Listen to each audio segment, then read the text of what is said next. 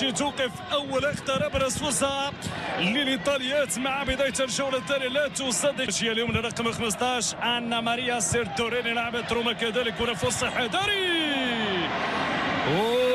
تدخل في الوقت المناسب. التدخل في حذري العرضيه فرصه خطيره ونسيبتها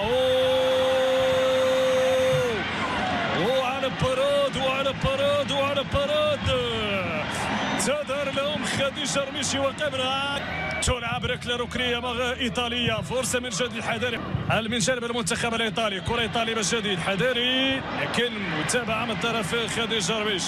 امر اللاشيه اليمنى حذري